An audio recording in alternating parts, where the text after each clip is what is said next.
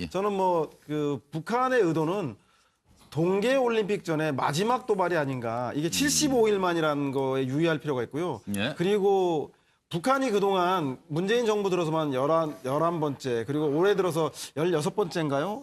올해 총 15번이고 5번째. 미사일 20발 도발. 네. 그런데 아마 그러니까 동절기에 쏜 거에 손에 꼽을 정도로 없습니다. 그 얘기 예. 뭐냐면 북한이 기술이 낙후돼서 저 ICBM 차량 운반하는 차가 조금만 추워도 얼어버립니다. 예. 그래서 잘 하지 않는데 한 건 뭐냐면 그만큼 다급했고 만약에 12월 넘어서 이것을 실험할 경우에는 평창 올림픽이 2월 초부터 시작되지 않습니까? 예. 그러면 전 세계의 평화의 축전을 앞둔 올림픽 그 붐업을 찬물을 끼얹게 되면 세계적으로 고립될 수밖에 없습니다. 예. 그렇기 때문에 자신들의 그 ICBM의 핵 고도화를 시킬 수 있다는 역량을 보여주는 시기가 지금이 그 제일 적정한 시기가 아닌가 싶어서 쏘았다는 생각이 들고요. 예. 저는 그렇기 때문에 중국에서 마지막으로 니네가 핵을 고도화한 것, ICBM에 탑재할 수 있는 걸 보여줬으니까 이제 됐다. 예. 따라서 북한이 저는 중국이 북한에게 전격적으로 대화, 몸값으로 올린 만큼 올렸으니까 이제 대화로 나서라라고 압박해서 예.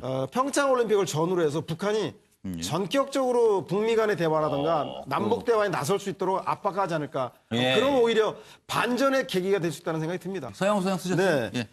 저는 뭐 잘 아시겠지만 우병우 전 수석과 검찰은 사실상 운명 공동체였죠. 그래서 검찰의 현직 검사가 우병우 전 수석에게 그 수사 속보를 검찰의 수사 방향을 알려주면서 대비책을 세워서 그동안 삼전 사기로 빠져나왔는데 아마 이런 들었더리 저런 들었더리 우리 검찰하고 민정수석, 우병우 수석은 만수한 드렁치기 얽혀진 들었더리 같은 운명체다. 그게 네. 숙명이다. 예. 헤쳐나가는 것도 제목이다라는 것은 네. 우리도 이같이 얽혀 100년까지 누리리라. 그래서 몇 명이 내부 고발자들이 찍혀 나가서 네.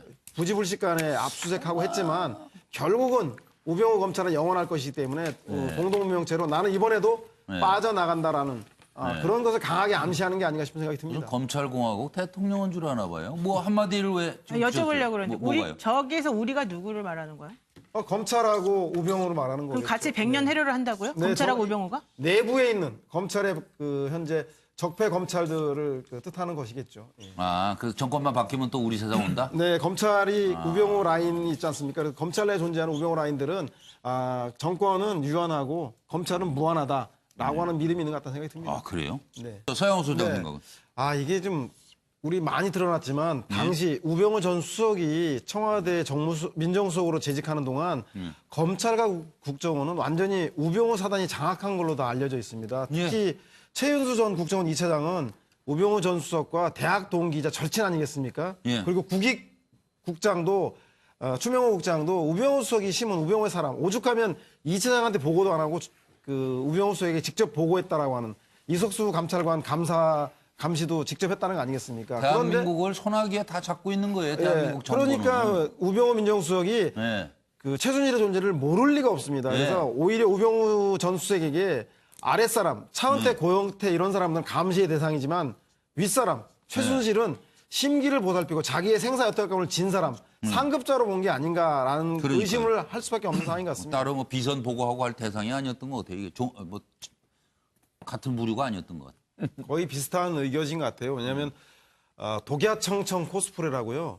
오히려 대규모 매머드 변호인단을 꾸리고 주변에 접견을 많이 하고 정치적 공세를 그 자유한국당에서도 강화한다면 오히려 본인에게 불리하다 생각하고 접견도 거부하고 재판도 거부하면서 스스로 나약하고 혼자뿐인 사람으로 자신을 코스프레해서 오히려 소나무의 푸름은 겨울에 알 수 있다라는 얘기가 있듯이 소나무의 푸름 즉 박근혜 전 대통령의 정책 생명은 영원하다. 겨울 이 혹한의 정치 보복기에서도 나는 나 홀로 견뎌낸다라고 하는 오히려 그런 것을 강조하기 위해서 법리 대응을 포기하고 정치적 공세를 강화하는 듯한 그래서 오히려 모든 것을 거부하고 고립을 선택한 게 아닌가 그런 싶은 생각이 듭니다. 서양호 소장 하셨어요? 네, 국정원은 국가안보하고 국가 정보 빼놓고는 뭐든지 하는 데인 것 같습니다. 그거 두 개만 못하고 다 잘하는 것 같은데 과연 국정원이 이런 일을 했는가에 대해서 의아할 정도인데요. 아마 국정원의 속내는 원세훈을 넣을 테니까 국정원은 빼달라고 한 것은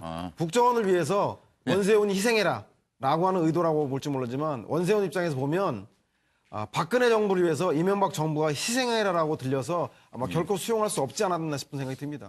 원래 국정원이 대선 때는 항상 국정원 조직을 축소하겠다라고 하는 것을 공약으로 내겁니다. 그런데 국정원이 매번 대통령 독대할 때마다 세 가지 보고를 하게 됩니다. 하나는 북한에 대한 정보, 아무도 모르는. 두 번째가 자신의 정적, 경쟁자에 대한, 야당에 대한 정보. 세 번째가 측근, 자신이 하늘같이 믿는 측근에 대한 그 보고를 하면서 그동안 대통령들이 나는 장님으로 살았구나 라고 하는 정도로 대통령들이 권력을 잡으면 국정원 축소가 유야무야 되곤 했습니다.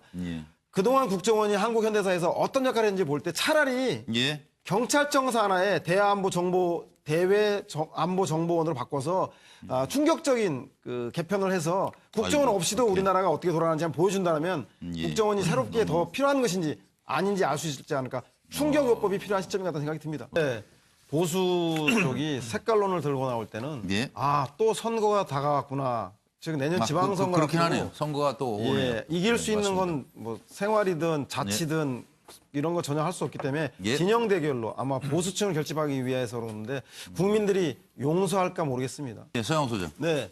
홍판표가 홍준표가 되었다고 친박이 비박 되겠냐. 다가오는 원내대표 선수의 이주영이든 홍문표든 친박 원내대표는 절대 불가하다라는 이야기를 하고 싶었던 거 아닌가 싶은 생각이 듭니다.